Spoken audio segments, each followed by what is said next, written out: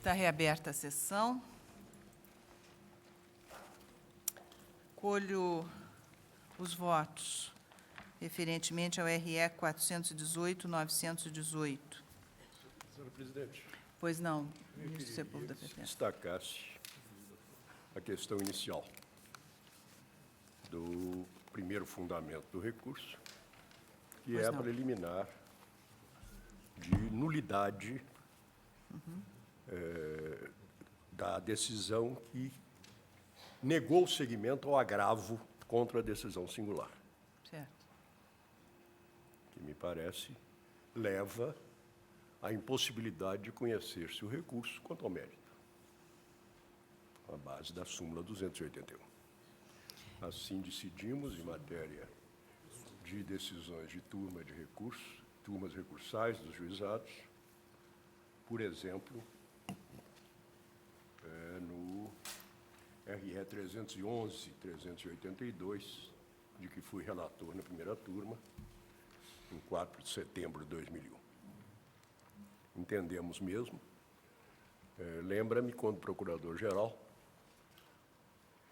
propus representação por inconstitucionalidade de dispositivo do regimento interno do Tribunal de Justiça de Goiás, salvo engano, que dava, que tornava irrecorrível a decisão do relator que indeferia liminarmente o mandado de segurança.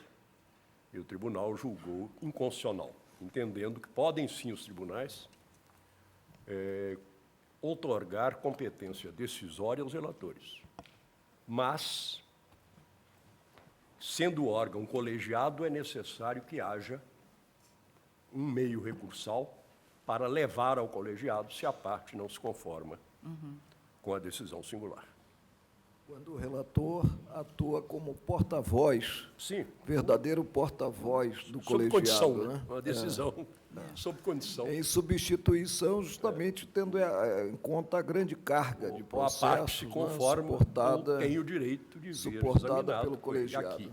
Não se trata de um tribunal, mas trata-se, pelo artigo 98 da Constituição, de um órgão colegiado. Ainda mais quando, no mérito, há uma questão de constitucionalidade a decidir. Quando se aplicaria a reserva de plenário do Vossa artigo Excelência, 97. Vossa Excelência apontou bem, porque temos uma dificuldade para conhecer do recurso extraordinário quanto ao fundo. Não houve esgotamento da jurisdição na origem. Súmula 281. O que me levou, ministro Pertence, o que me leva a superar a preliminar para adentrar o mérito é exatamente a peculiaridade da questão. Sim, Nós, ministro. com a preliminar, Vossa nós... Excelência antecipa, de certo modo, Exato. o mecanismo da súmula vinculante. E aí sim, contra qualquer decisão judicial, há o remédio per saltum da reclamação. E com uma Lá razão, no caso- talvez, e com uma razão adicional, que este RE da Lei 10.259, dos juizados especiais, tem toda a feição de um processo, se não objetivo, um processo fortemente objetivado, né? Daí, inclusive, a decisão que nós tomamos quando Essa suspensão. da suspensão, né? Porque há todo aquele mecanismo de retenção de determinadas matérias nas instâncias recursais ordinárias e a ascensão de alguns processos apenas que tramitam com prioridade no âmbito desta Corte, né? Salvo melhor juízo, só o habeas corpus, o mandado de segurança, que deixam de ter, que tem precedência sobre este processo. E aí, neste caso específico, nós já sabemos também o resultado, porque esta já é a posição da Corte, do órgão colegiado dos juizados recursais. De modo que eu proporia um distinguishing nesta súmula 281, para que, na linha do voto da relatora, entender que se conhecer do recurso extraordinário. Quando for da jurisprudência do colegiado? Hein? Quando for da jurisprudência do colegiado. Do colegiado. Corresponde mais ou menos ao que nós vimos construindo em relação às exceções do artigo 97. Do plenário. É. Sim, mas essa é hoje a dispositivo legal explícito. Hein? Há dispositivo Sim, legal explícito. sim, mas antes foi construção do Acho que nós Supremo. estamos antecipando. No primeiro caso que estamos a julgar Sim. o mérito, nós estamos antecipando os efeitos de uma súmula vinculante. Não, mas, de qualquer forma, o próprio processo, antes mesmo da súmula vinculante, este próprio processo da Lei 10.259 e a regulação que nós emprestamos na resolução regimental, confere esse caráter objetivo ao processo. De modo que eu proporia ao tribunal que fizesse uma leitura distintiva da súmula 281, nesse aspecto, na linha da proposta do voto do eminente relator. E até porque a matéria, ministro, pertence... Eu creio que dificilmente encontraremos outra em que realmente os casos são todos padronizados. A salvo engano, Vossa Excelência disse que eles estão agora sendo submetidos Sim, ao referendo. sim, sim. A partir de janeiro de 2004... Referendo não precisa do agravo. A partir de 2004, a turma recursal adotou o sistema de eu tenho referendo. receio, ministro, eu compreendo perfeitamente as preocupações de política judiciária do voto de Vossa Excelência, mas tenho receio de começarmos a distinguir e outros casos surgirão. Não, aqui nós ficaríamos apenas na hipótese deste processo, que nesse- tem forte feição objetiva. Não, é que também nesse processo, aliás, exatamente essa razão, em que o colegiado tomou uma posição de caráter normativo. Em outras palavras, ele se pronunciou dizendo que todos os casos que forem submetidos terão tal julgamento. Tanto é que passou a haver o despacho decisão de Daí a razão por que os relatores inicialmente passaram a aplicar pura e simplesmente.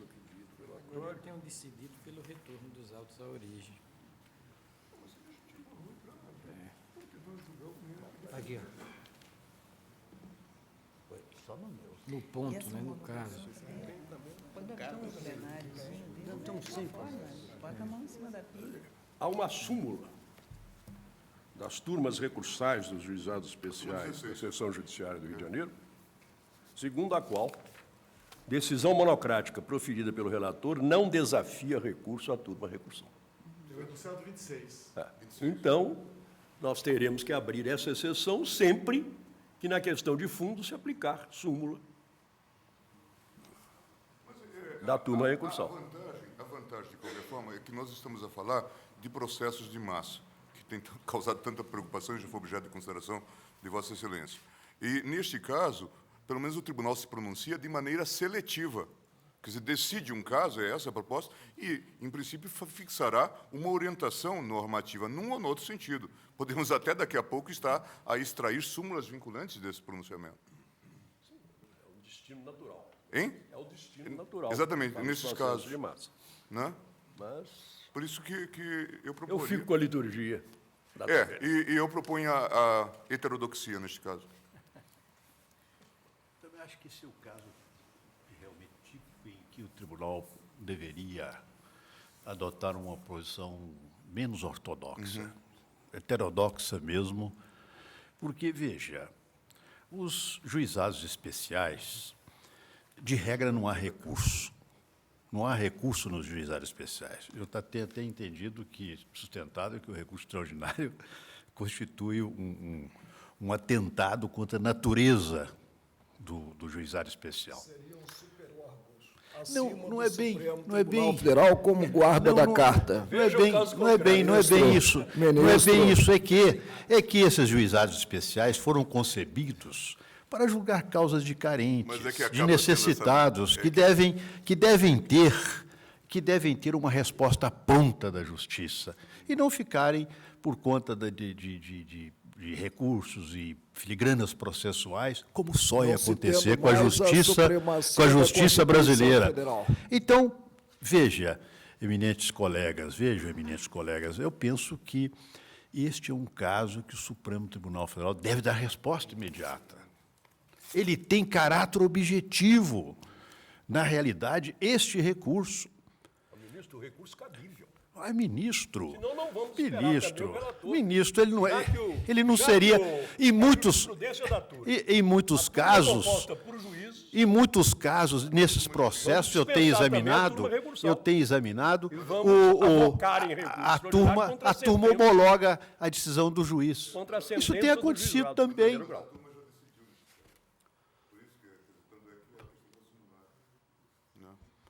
De maneira que eu penso que, não obstante reconhecer, não é, as preocupações do eminente colega ministro Sepúlveda Pertença, nosso decano, reconheço as preocupações de Sua Excelência, porém eu penso que a importância e as preocupações de milhares sobrepõem a essas preocupações puramente processuais. Os milhares não estão nada preocupados. Não sei, porque essas questões estão paradas. Outro dia, um juiz me dizia, em Minas Gerais, da responsabilidade do Supremo Tribunal com milhares de processos paralisados. É hora, portanto, de resolvermos a situação. Não apenas nesse tema. E em decorrência de nos defrontarmos por ano com 120 mil processos, o que é uma anomalia. Sim, mas exatamente neste caso tenta-se um mínimo de racionalização, permitindo que a Corte se pronuncie sobre esta questão em concreto, mas também com essa perspectiva ampla, com essa perspectiva objetiva. Eu acho que o ministro Pertença foi talvez um dos autores dos votos que flexibilizou a leitura do artigo 97, não é? No que diz respeito, acho, antes do advento da alteração introduzida pela Lei 9868, né? Que, na verdade, destaca e valoriza a decisão tomada... Embora o INSS, ou a Caixa Econômica, não sei, porque são irmãos fraternos em matérias de recorribilidade temerária, esteja aplicando agora o artigo 481, quando realmente já há decisão do Supremo. Mas o tribunal decide contra o Supremo, sem mandar ao plenário, porque já há decisão, então pode decidir contra. Depois reclama da multa. Bem, eu colho os votos. Ministro Eros Grau, como vota Vossa Excelência? Eu vou acompanhar a heterodoxia. Conheço. Que não é tão heterodoxo. Na verdade, nós estamos seguindo a jurisprudência Pertença, nesse caso. No caso do artigo 97. Citando para votar contra o sustentado por Vossa Excelência, isso é terrível. Fico com dificuldades depois de questões de inconstitucionalidade de lei, onde nós nos recusamos sistematicamente a examinar o mérito quando é uma decisão de órgão fracionário declaratório de inconstitucionalidade. Dizemos, não, tem que vir pelo artigo 97 da Constituição. Podemos daqui a pouco evoluir. Ministro Joaquim Barbosa, como vota Vossa Excelência? Eu fico com a heterodoxia. Ministro Carlos Brito. Eu vou permanecer fiel à súmula 281. Eu acho que não há decisão final no caso, é desafiar o manejo do RE. Acompanho o pensamento do ministro Pertence, data vênia de todos os outros. Ministro César Peluso. Senhor presidente, eu também vou pedir máxima vênia, mas é um caso que é um caso. Daqui não vou extrair nenhum outro princípio para aplicar em nenhum outro caso. Neste caso concreto, diante desta particularidade que as turmas já fixaram, prefixaram, um entendimento com caráter normativo, isto é, como se fosse uma norma de lei, e na pressuposição de que tudo que vier para cá vai ser julgado desta forma, e atendendo, sobretudo, a estas particularidades, trata de um caso que é multiplicador de causas e que isso causa inquietação. Só para compreender a decisão que vem sendo, que se insinua. Vossa Excelência se refere à súmula da questão de fundo ou à súmula de que não cabe agravo da decisão do relator? A súmula da questão de fundo. Então, sempre que houver súmula no tribunal, pode ser decidido até pelo chefe do protocolo. Não necessariamente. Então, ministro, nós não podemos decidir um caso especial, não. Nós estamos estabelecendo uma orientação. Nós estamos na Suprema Corte. Nós estamos estabelecendo uma orientação. Sim, para este caso. Porque a rigor, nós já sabemos qual será o resultado se anularmos. Por exemplo, há uma turma de um tribunal muito augusto que não concede habeas corpus. Então, por que não vamos julgar originariamente? Já tem uma súmula lá, não se concede habeas corpus. Eles devem ter suas razões. Eles devem ter Em suas habeas corpus, razões. Vossa Excelência Mas ainda não foi simulado. Em habeas corpus, Vossa Excelência já nos ensinou que não haverá Não foi simulado. Eu fazer a com o devido contra-súmula. respeito, nesse caso, eu vou ficar com a heterodoxia.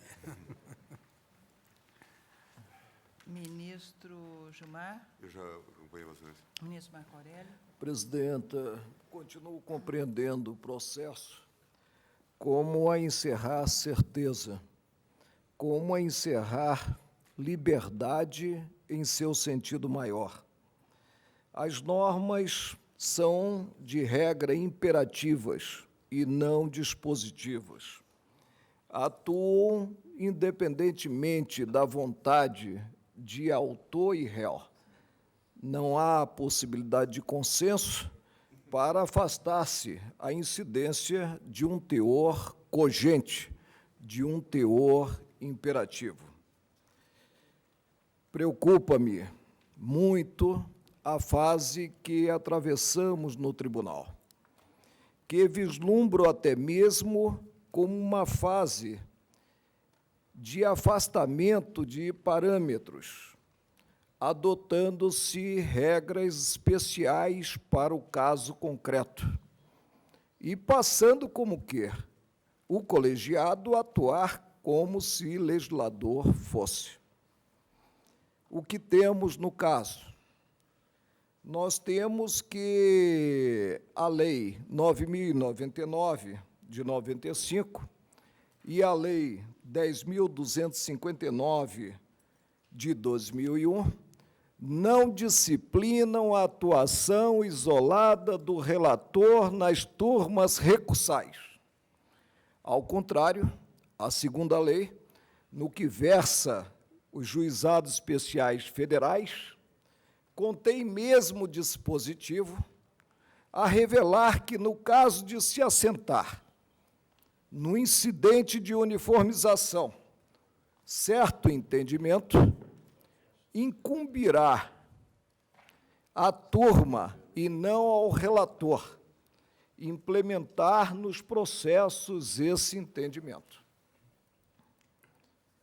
O que está havendo, e vejo até com bons olhos, a aplicação subsidiária do Código de Processo Civil, a aplicação subsidiária quanto a ter-se, como eu disse, utilizando aqui uma expressão de Zé Carlos Barbosa Moreira, o relator como um verdadeiro porta-voz do colegiado.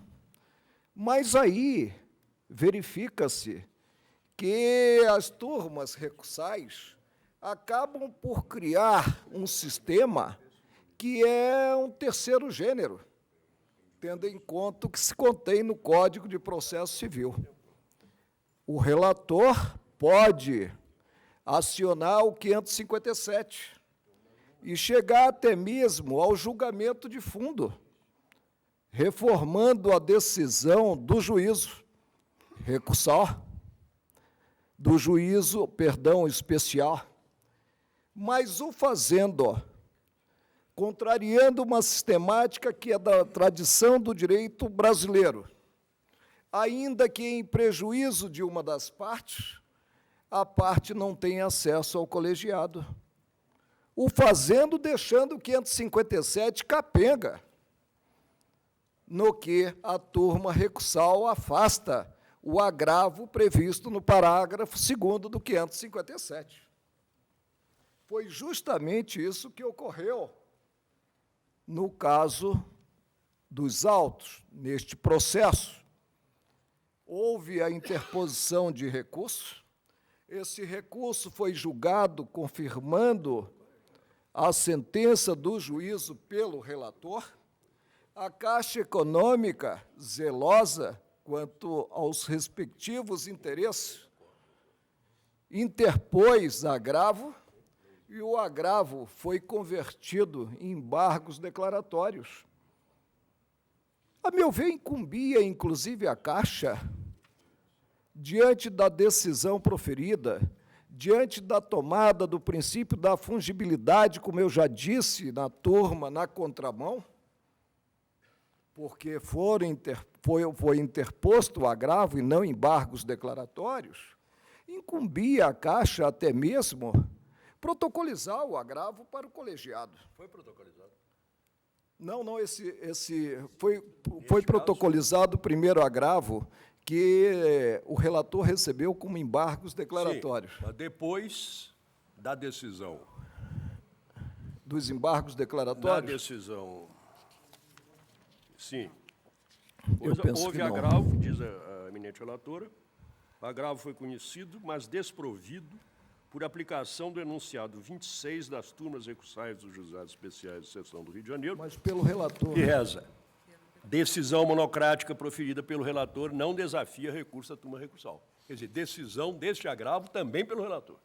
Pois é. É? E há um detalhe, só se pode cogitar do exercício do juízo primeiro de admissibilidade, seja pelo presidente, né, da corte de origem, seja pelo presidente da turma recursal, seja pelo próprio juízo, se contra uma decisão negativa de sequência do recurso houver previsão de interposição de um outro recurso. O que é que nós temos quanto aos embargos declaratórios? O que é que nós temos quanto ao agravo do 557, parágrafo 2º? Que esses recursos serão apresentados em mesa. Não pode, de início, o relator negar seguimento, porque entraríamos aí num círculo vicioso com a interposição, né, contínua de agravos, e ele, evidentemente, sempre negando seguimento a esses agravos. Não há um terceiro sistema, um sistema específico para observância pelas turmas recursais, para observância a partir do que se contém nas duas leis por mim referidas. O sistema é único, e esse sistema único viabiliza o agravo contra a decisão quando ele atua, substituindo-se a turma recursal. Presidenta, não creio que possamos estabelecer critérios conforme o processo. O direito, tanto material quanto instrumental, ele é único. Ele há de ser observado, e aí atua o Supremo Tribunal Federal no campo pedagógico, porque o que nós fizermos aqui tende a vir a ser observado por outros tribunais, né? O direito, ele é único. Não cabe aí distinguir, bem, neste processo eu aplico, mas no outro processo não aplico. Creio que a insegurança jurídica, ela agraçará, e se paga um preço, e eu, a meu ver, esse preço é um preço até baixo, por se viver em um Estado democrático de direito, que é a observância do direito posto. E o direito posto nos revela que cabível era o agravo contra a decisão do relator, o direito posto, e aí já posto pela Constituição Federal, nos revela, segundo o verbete 281, que somente se chega ao Supremo Tribunal Federal na via do extraordinário estrito sensu, quando esgotada a jurisdição na origem, e, ao fim, não há um sistema aí especial, consideradas as duas leis que versam juizados especiais. Não devo, presidenta, presumir que, se concluindo pelo vício de procedimento, no que não se levou o agravo a julgamento pelo colegiado, virá esse mesmo colegiado a decidir desta ou daquela forma. Não há decisão, segundo a capacidade intuitiva do órgão que esteja julgando o recurso, não há decisão por presunção, já que ela tem que ser formalizada pelo órgão competente e tem que ser fundamentada. Eu peço vênia para entender que o quadro decisório desse processo considerada a atuação do relator na origem, não desafia o recurso extraordinário. E se nesse recurso extraordinário se articula com a transgressão ao devido processo legal, no que não levou o relator ao colegiado o agravo que deveria ter levado, ainda que intempestivo, ainda que deserto, e não há deserção no caso, né? Eu caminho para assentar que há de ser conhecido e provido o recurso extraordinário para que o agravo seja julgado pela turma recursal. É como voto nesta primeira parte. Senhor presidente, você me permite? Essa intervenção do eminente ministro Marco Aurélio, como sempre muito lúcida, me suscitou aqui um outro fundamento. É que, a menos que a solução desta preliminar, com base no princípio da súmula 281, fosse não conhecer do recurso extraordinário, nós teríamos, no caso dos votos dissidentes, nós teríamos a seguinte solução. O tribunal conhece do recurso, reconhece a infração de uma norma constitucional, seja o devido processo legal, seja o 98, como tal, especificamente número 1, reconhece a existência de uma nulidade processual, anula a decisão e remete os autos ao juízo.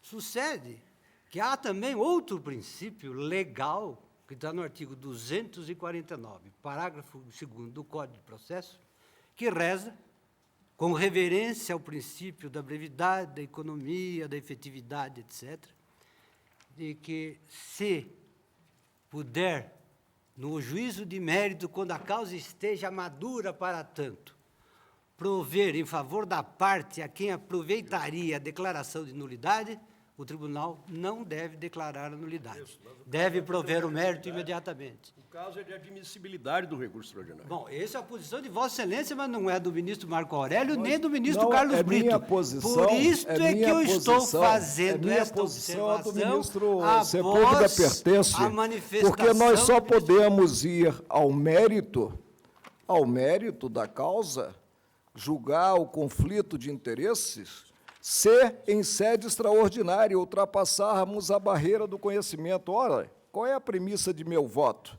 Não foi esgotado o ofício jurisdicional na origem. E, atrelado a esse aspecto, vem outro dado, o vício de procedimento, no que se ataca a decisão do relator de não ter levado o agravo ao colegiado. Eu tenho a impressão de que muito mais ousada do que esta construção, que agora está se esboçando, foi a construção feita em torno da não aplicação ou da redução teleológica do artigo 97, porque é uma cláusula tradicional, vem da Constituição de 1934 e reproduzida praticamente em todos os textos constitucionais, e o tribunal passou a entender que, naqueles casos em que ele já tivesse declarado a inconstitucionalidade, por exemplo, não precisava de se submeter à discussão do plenário. Nós podemos até discutir isto, né? Mas eu quero dizer... Aí a premissa é o órgão de cúpula, o guardião maior da carta, já tendo se pronunciado. De todos os tribunais do país, todos os tribunais de segundo grau, de que, quando haja decisão do plenário deles sobre a inconstitucionalidade de lei, não é preciso a cada processo idêntico levar de novo ao plenário. Então, dissemos, com mais razão, se já há decisão do Supremo Tribunal Federal. Eu não discordo de Vossa Excelência, mas eu digo... Em ADIM nem há falar, mas mesmo no controle difuso, que é susceptível, inclusive, de suspensão. Eu não discordo de Vossa Excelência, mas eu diria o seguinte, que aqui o tribunal, na verdade, atravessou o rubicão do efeito vinculante da decisão no controle incidental, porque, ao fazê-lo, admitiu. Por isso eu diria que, na verdade, essa heterodoxia é construção de Vossa Excelência, e não minha, e nem da ministra Ellen, neste caso. Porque, de fato, o grande passo se deu a partir do modelo do artigo 97. E veja, e eram decisões em caso. Quando nós estamos a demonstrar que aqui, de fato... Nós vamos chegar daqui a pouco, é o que eu disse. Para que turma recursal? Se a turma já tem O súmula ministro Peluso já e é demonstrou contra a que, nossa neste jurisprudência. caso, Venha direto. neste caso, poderá haver todos os recursos possíveis que, tanto quanto à admissibilidade quanto ao mérito, a decisão da turma recursal já está tomada e celebrada em súmulas. Igual que a quinta turma do nosso irmão. Portanto, eu tenho a impressão que... Aqui esperar o julgamento da mesa. Aqui é uma singularidade. Ministro Marco Aurélio, Vossa Excelência, então, conhece e dá provimento para que seja apreciado o agravo na origem. É Quanto isso. ao vício de procedimento. Certo. Agora, ultrapassada essa questão, eu Aqui estamos flexibilizando. me reservo. E aí realmente, se não conhecemos, porque não há decisão colegiada, cria-se o ciclo vicioso. Então, este eu supero. Mas qual seria, Não há solução. o que teria a Caixa Econômica em termos de ferramenta para reverter o quadro? Pois é. Só indo ao mérito, segundo o voto Sim. da relatora. Ministro Carlos Veloso, colho o voto de Vossa Excelência. Fico com a posição. Acompanho Vossa Excelência. Ministro Celso de Mello. Senhora Presidente, a singularidade da causa e o efeito multiplicador que os temas nela versados têm suscitado, quer aquele de índole meramente formal, resultante da aplicabilidade do enunciado 26 das turmas recursais dos Juizados Especiais Federais da Seção Judiciária do Rio de Janeiro, quer o de natureza material, que concerne a incidência do enunciado 21, levam mesmo, senhora presidente, com toda a vênia, a acompanhar o voto de Vossa Excelência. Porque tal entendimento, o entendimento contra o qual se insurge a Caixa Econômica Federal, tem gerado, na verdade, processos de caráter multitudinário. Então, esta particular singularidade da causa leva-me, então, a conhecer do recurso ordinário e acompanhando Vossa Excelência. Ministro Pertence, Vossa Excelência já manifestou, eu creio que, assim entendi, Vossa Excelência não conhece. Não, eu conheço do recurso. Conhece o recurso? Aí, por absoluta impossibilidade de haver outra via para corrigir o relator, e assim, não processo o agravo. E como entendo que aí se violou a colegialidade da turma recursal prevista no artigo 98 da Constituição. Então, Vossa Excelência Conheço conhece do recurso para devolver. para devolver, A fim tal de que se como faz o aprecie ministro agravo Marco Aurélio. interposto. E o ministro Carlos Brito também nos mesmos Eu tenho termos. decidido até monocraticamente, Certo. nessa mesma linha. Fiz isso no RE 427-076, citado até por Vossa Excelência. Certo. Então, eu acompanho o ministro Pertence. Proclamo, portanto, o resultado. O tribunal, por maioria, conheceu e deu provimento ao recurso. Vence... Perdão, Excelência, eu ainda não votei. Eu ainda não votei verdade, contra, verdade. Nós estamos quanto à segunda parte. apenas... É o meu voto que eu estou proclamando. É a introdução. É a celeridade processual. O tribunal, por unanimidade, conheceu do recurso para efeitos diversos, porém. Sem anular a decisão. Sem anular a decisão, os ministros acompanham a relatora, os ministros Gilmar Mendes, Eros Grau, Joaquim Barbosa, César Peluso, Carlos Veloso e Celso de Mello. Conhecem do recurso, porém, para que o agravo seja conhecido na origem, seja processado e julgado na origem, os ministros Sepúlveda Pertence, Carlos Brito e Marco Aurélio. Quanto ao mérito, colho os votos. Ministro Eros Grau. Senhora Presidente, eu tenho breve voto por escrito que vou ler. Todas as condições da avença de adesão ou transação judicial estão definidas na lei complementar. É inteiramente descabida, na hipótese, a qualificação do termo de adesão, entre aspas, como contrato de adesão, entre aspas.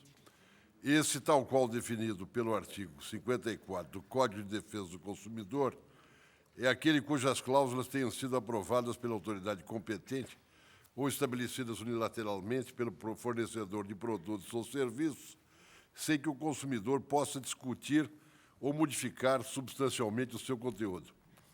Fecha aspas. A inserção de cláusula no formulário diz o parágrafo 1º do artigo 54, não desfigura a natureza de adesão do contrato. No caso do termo de adesão, a que refere o artigo 4º da Lei Complementar, não há contrato, tal como definido pelo Código de Defesa do Consumidor. É a Lei Complementar 110 que estipula as condições da avença. Seu conteúdo não se presta a ser discutido ou modificado substancialmente. Não há que falar, no caso, em excessos cometidos por empresários em suas relações com os adquirentes finais de seus produtos ou serviços. Nem se trata, no caso, de estandartização de cláusulas contratuais, de ausência de diálogo negocial em favor da redução de custos e riscos da empresa. Aqui, diretamente comanda a lei, não o poder empresarial. Não há que falar, no caso, também em contrato coativo, nos quais o particular é alcançado pelo dever de contratar, isso é, de assumir obrigação perante terceiro.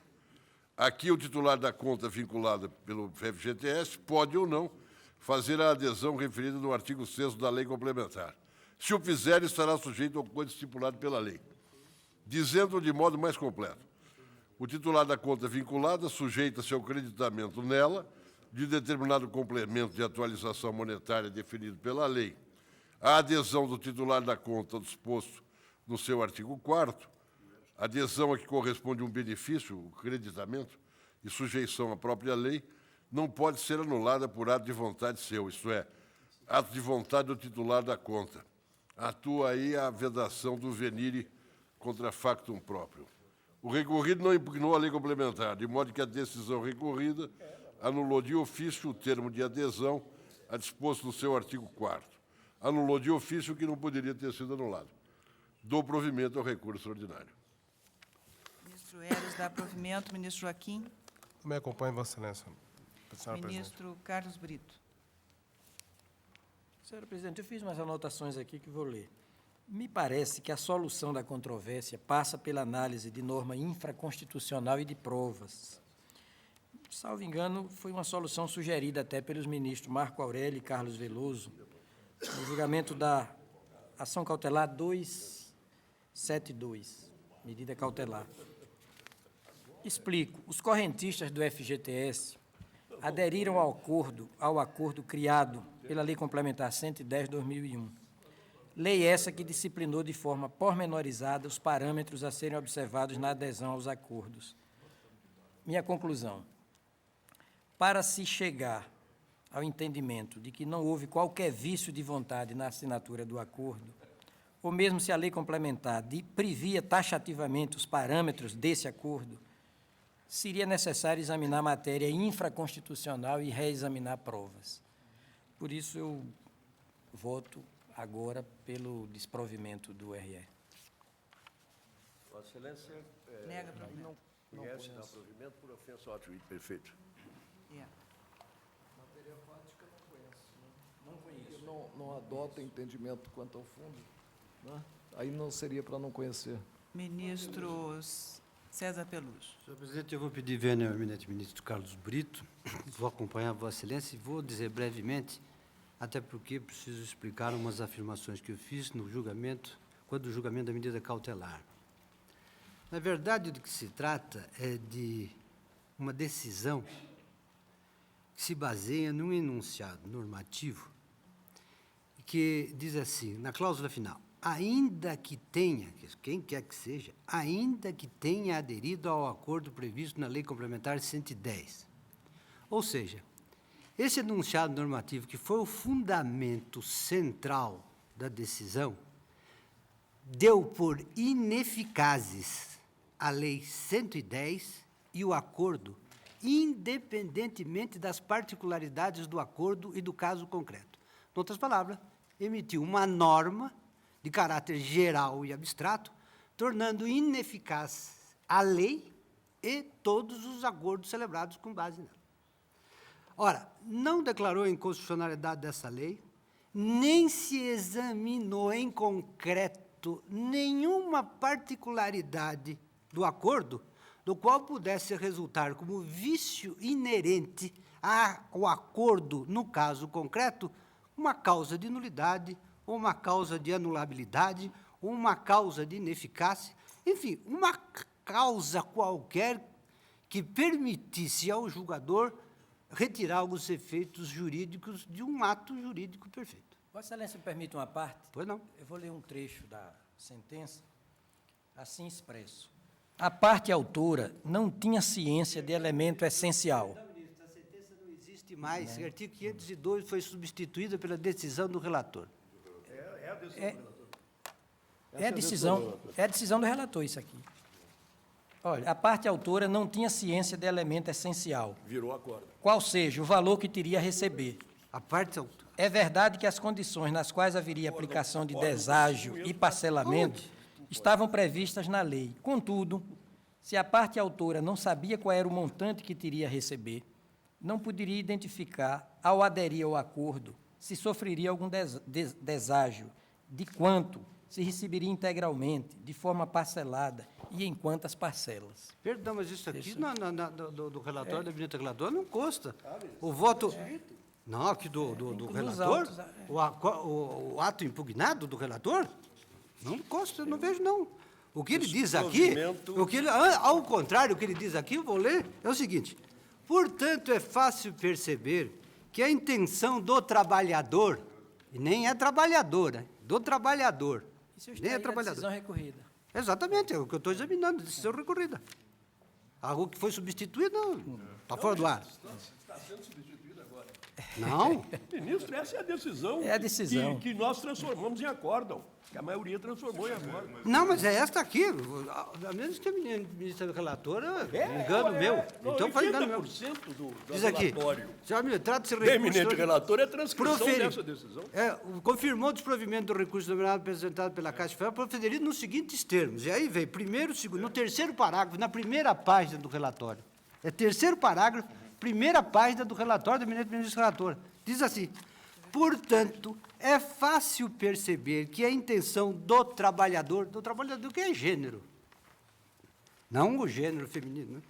Trabalhador, ao manifestar a vontade através da celebração da transação, dinheiro no bolso a partir da não adesão para correspondia depois às reais consequências advindas do ato. Na verdade, aí vem aqui, na verdade, provavelmente, isto é, está fazendo uma afirmação. Tudo em tese. A renúncia a direitos ocorrida com a assinatura do mencionado acordo, etc, etc. Não está examinando nada, está dizendo provavelmente, tudo em tese. Não está examinando nenhum fato concreto, nenhuma alegação concreta de que, neste caso, houve um vício que justificasse a existência de uma renúncia inconcebível, ou de uma renúncia nula, ou de uma renúncia ineficaz. Provavelmente aconteceu isso. Em que caso? Em todos. Porque não é desse caso aqui, nem diz por quê. E aí, todavia, os resultados atingidos, etc., e vem lá, somos isso, concluindo. E aí, ele concluído, invoca, não, é o enunciado da súmula. Em outras palavras, a decisão recorrida, esta aqui, que é objeto do recurso, ela exatamente abstrai de qualquer consideração de fato concreto versado na causa. Razão por quê? Não, a mim não me comove em nada a objeção de que teria que examinar previamente fatos e provas. Eu estou examinando o teor de uma decisão que tem caráter genérico. Em outras palavras, está tratando em tese de todos os casos em que haja um acordo celebrado nos termos da lei 110, de 2001. E é exatamente esta a razão por que eu entendo que, no caso, a decisão é uma decisão de caráter geral, que estabeleceu uma norma de caráter geral que não poderia fazer. E esta é a razão por que eu reconheço, nos termos da eminente ministra relatora, a violação à cláusula que protege o ato jurídico perfeito, porque o que está sendo afirmado nesta decisão, em caráter geral, é que um ato jurídico, ainda que perfeito, não prevalece em face desse enunciado. Razão por que, com o devido respeito aos votos dissidentes, eu acompanhei integralmente a ministra relatora. Vossa Excelência me permite só um acréscimo? Pois não. O argumento de que aquele que assinou o termo de adesão não conhecia o preço e, por isso, ele se escusa de cumpri-lo, equivaleria ao do agente que matou outra pessoa e escusa a sujeição à lei porque não sabe ainda qual será a pena que será aplicada a ele pelo juiz. Se você me permite, uma afirmação desta ganha sentido quando o julgador diz, olha, diante deste caso concreto, perante as circunstâncias tais, diante da prova tal, testemunhal ou prova documental, se verifica que houve erro, ou que não houve erro, ou que aconteceu isso, não se examina prova nenhuma. Fixa uma tese.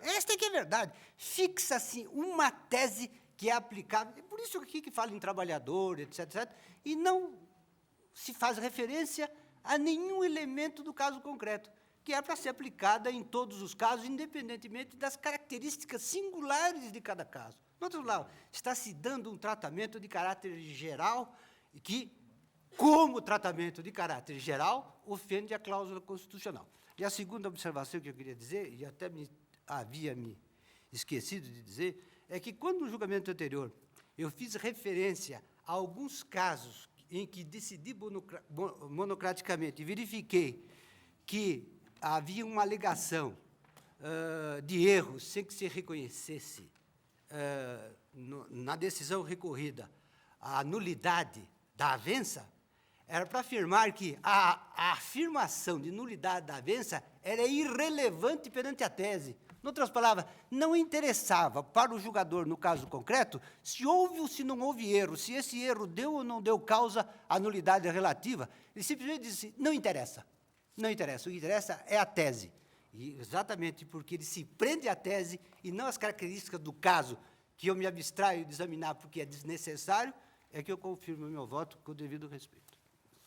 Ministro Gilmar Mendes. Presidente, também eu gostaria de felicitar Vossa Excelência pela coragem e iniciativa de ter trazido este tema ao plenário, da importância dessa questão, e é a primeira vez que nós estamos a aplicar esses elementos da Lei 10.259 nessa extensão, já no julgamento da cautelar e agora no julgamento de mérito.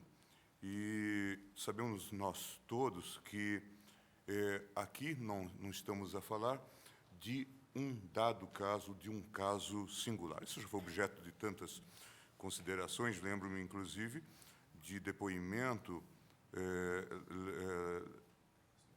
proferido no Congresso Nacional, creio que na Câmara dos Deputados, pelo próprio ministro Sepúlveda Pertence, sobre as razões dessas chamadas causas multitudinárias. Aqui nós temos a possibilidade de, se seguirmos a toada do chamado processo objetivo individual, singular, nós podemos ter, em pouco tempo, 60 milhões de processos em discussão no âmbito do juizado, porque só o acordo, como foi dito da tribuna, abrangeu algo em torno de 32 milhões de pessoas. Veja, portanto, a dimensão. E já foi demonstrado que nós estamos aqui a discutir a tese, disse o bem o ministro Peluso, que, a rigor, nenhuma consideração faz o juizado especial, no Rio de Janeiro, sobre um dado caso singular, mas presume que todos os acordos foram assinados contra esse valor, que é fundamental, claro, da autonomia pessoal, da autonomia de decidir. E quem acompanha bem este processo sabe que não houve sequer essas assinaturas cegas. As pessoas sabiam, sim, com alguma aproximação, qual era o quantum devido, porque elas tinham, sim, acesso às suas contas na própria Caixa Econômica. Tanto é que faziam a opção. E, tanto quanto já se demonstrou também, não é possível, de plano, dizer que há um critério de não razoabilidade. Para aqueles que ganhariam até próximo a 2.000 ou coisa do tipo, se deu a indenização integral, e se reconheceu isso. E depois se trabalhou no sentido de um desastre. Por quê? Porque havia mesmo a possibilidade de pagamento imediato e exclusão de verbas honorárias e tudo mais, portanto, era um tipo de aproximação que se pôde fazer. E eu imagino que este é um caso até, um caso de escola, um caso modelo para tantos outros que virão na toada, espero, da súmula vinculante. porque certamente temos que construir não um modelo judicial, mas um modelo administrativo, um processo administrativo, eu admito, para solucionar casos como esses. Imaginem os senhores que amanhã nós tenhamos que fazer uma revisão de uma pensão, de um critério de pensão do INSS, e fixemos lá uma orientação qualquer. Isso pode atingir facilmente 30, 40 milhões de pessoas. Não é possível imaginar que a solução deste caso se dê na forma, sequer do juizado especial, como já foi demonstrado pelo ministro Veloso.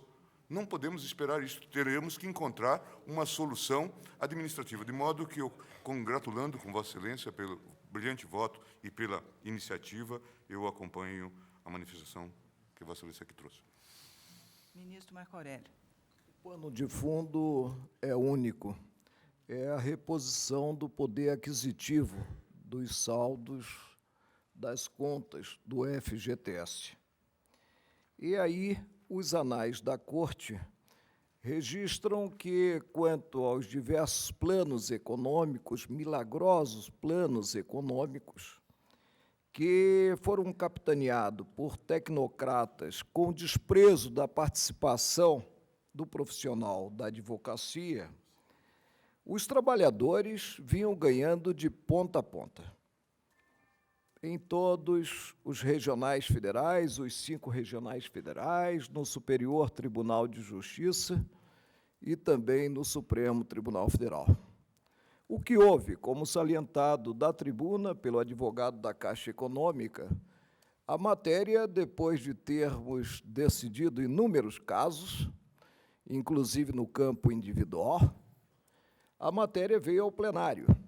E o plenário acabou contra o meu voto, se não me falha a memória, do ministro Carlos Veloso, do ministro Sepúlveda Pertence, o tribunal acabou estabelecendo distinções, considerados os planos econômicos em jogo. Pois bem, para espanto geral, em cima de uma jurisprudência pacificada, veio à baila a Lei Complementar número 101. Reconhecendo o direito dos trabalhadores a partir do nosso pronunciamento em termos, reconhecendo, mas dando com uma das mãos e tirando com a outra, no que se cogitou de um parcelamento considerado a unidade de tempo ano, e, mesmo assim, tendo em conta o valor da conta, tendo em conta o saldo do trabalhador, com um certo deságio. É a tal normatividade para contornar pronunciamento do Supremo Tribunal Federal, coisa que, para mim, não é ortodoxa. Não se coaduna com uma democracia, não se coaduna com uma república. Mas o Supremo já declarou constitucional a Lei Complementar número 101. Fiquei vencido, inclusive, no que houve uma distorção, considerado um tributo à contribuição. E essa distorção se fez ao mundo jurídico não para se ter uma contrapartida em si, mas para se fazer caixa, visando satisfazer a jurisprudência pacificada, visando satisfazer, em termos, como já ressaltei, o direito posto, o direito subordinante dos trabalhadores. Essa é uma parte. Mas não estou aqui a rejulgar o que já foi objeto de exame pelo colegiado. Estou a me defrontar com um recurso extraordinário em processo subjetivo e considerado uma decisão que talvez tenha implicado na potencialização a mais não poder do ato de vontade que é a interpretação, vislumbrando os trabalhadores como tutelados e passando o judiciário não se defrontando com conflito de interesse envolvendo empregado e empregador, passando o Judiciário a atuar como órgão protetor dos trabalhadores e olvidando o que já submetido ao crivo do Supremo Tribunal Federal. O que é que nós temos considerado a decisão proferida e a decisão proferida no campo monocrático, no campo individual, pelo relator? Nós temos que, diante dos parâmetros da lei, não diante dos parâmetros fáticos, e isso foi muito bem ressaltado pelo ministro Peluso, concluiu-se pela inconstitucionalidade. Eu posso dizer, mesmo não tendo sido utilizadas essas palavras, concluiu-se pela inconstitucionalidade, como que da Lei Complementar número 110. Lembro-me que, quando tivemos essa lei, o dirigente maior do país foi para o horário nobre, visando ressaltar os aspectos positivos da adesão do acordo que era proposto aos titulares das contas do FGTS. E, em um ato falho, chegou mesmo, podemos pegar a fita do Jornal Nacional, chegou mesmo a dizer que quem não aceitasse o que é contido na lei deveria recorrer ao Judiciário. E aí, evidentemente, aguardar o desfecho da causa projetado para as calendas gregas, né, passados muitos anos. Então, o que ocorreu? O relator partiu da presunção de vício de consentimento. Quando o vício de consentimento a contaminar o ato jurídico precisa estar aprovado. Não se presume o erro, não se presume o dolo, não se presume a coação, não se presume a simulação, não se presume a fraude. Se presume, não extravagante, extraordinário, mas o que normalmente ocorre. E consignou-se que o trabalhador não teria ideia do que viria a receber. Eu digo que o trabalhador que aderiu, talvez por não ter mais gás para enfrentar a vida econômica, precisando do numerário, né, teve presente que haveria um deságio, porque estampado na própria lei alusiva ao termo de adesão. Mas não ficou aí o relator, e aí acabou por lançar o que eu aponto como verdadeira pérola. Todavia, os resultados atingidos pelos juizados especiais federais representam fato novo, em termos de celeridade e economia processuais, de rapidez no desfecho dos processos. E soubessem os trabalhadores, é o que está aqui inserido, né, dessa rapidez, não teriam aderido. E, portanto, se presume que aderiram por erro, né, por não confiarem na entrega da prestação jurisdicional dentro de um lapso razoável, né? E prossegue. Representa um fato novo e imprevisível ao cidadão comum, o que influenciou no equilíbrio do ajuste, tornando injustificada a onerosidade imposta a uma das partes. Evocou-se o Código de Defesa do Consumidor, mas, a meu ver, sob uma ótica que não é a ótica agasalhada por esse mesmo Código. Evocou-se partindo, repito, da presunção do vício de consentimento.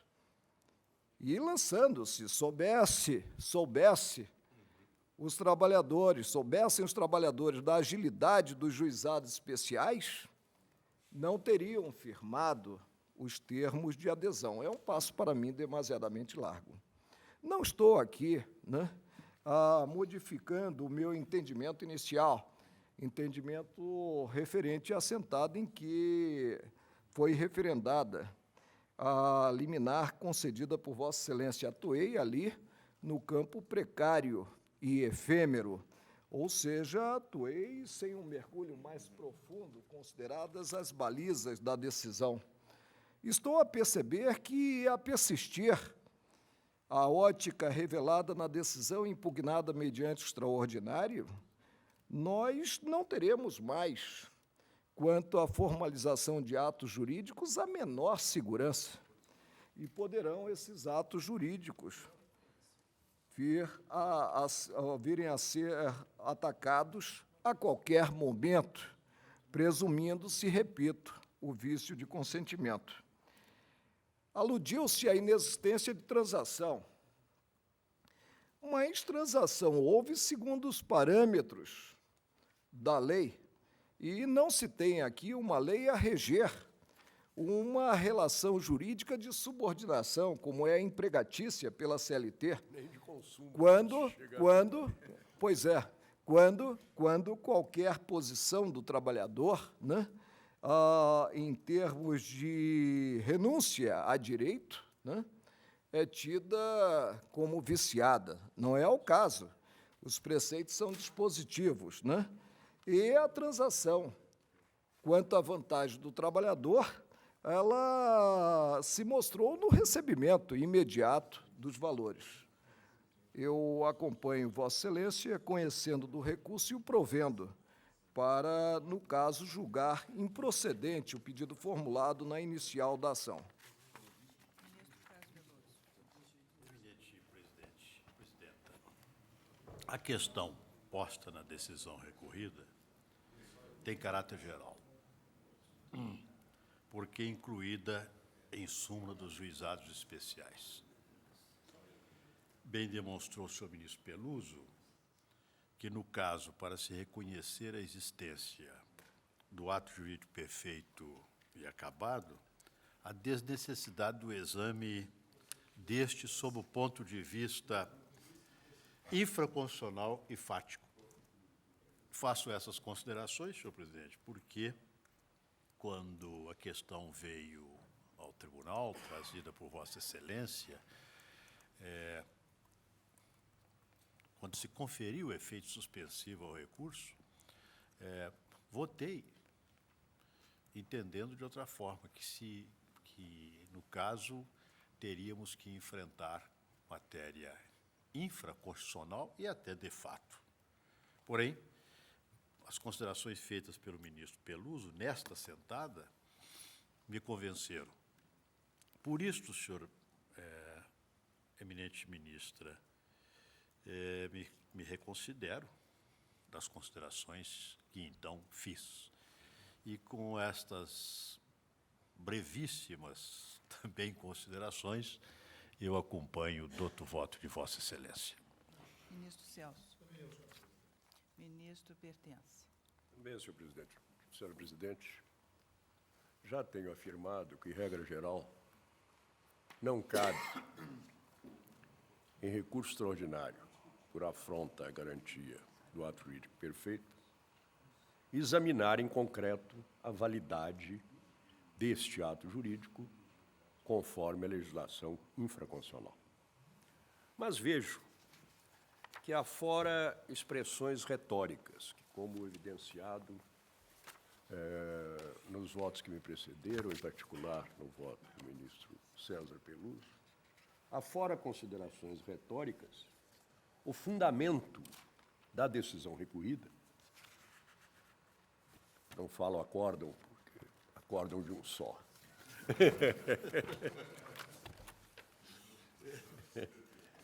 é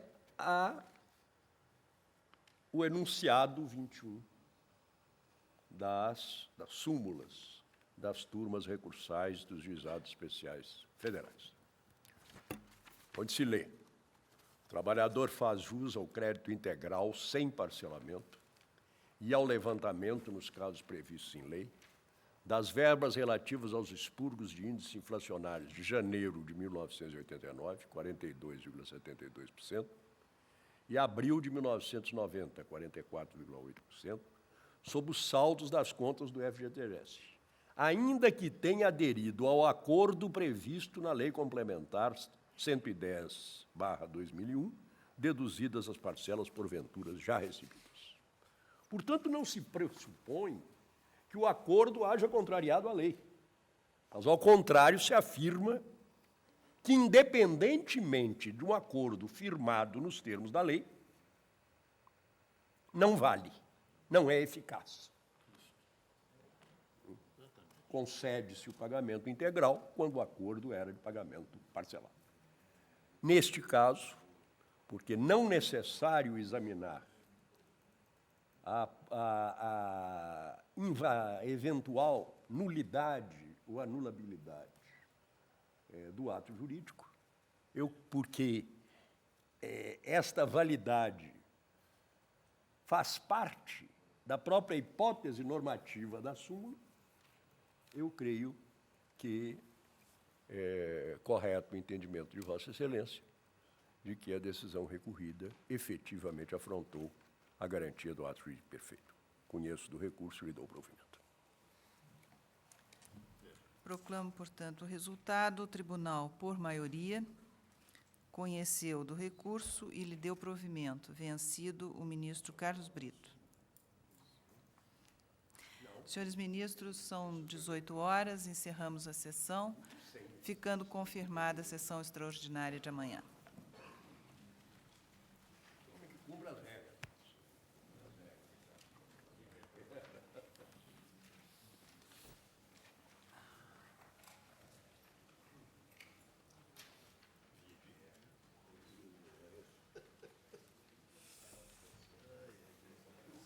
Acordam comigo mesmo.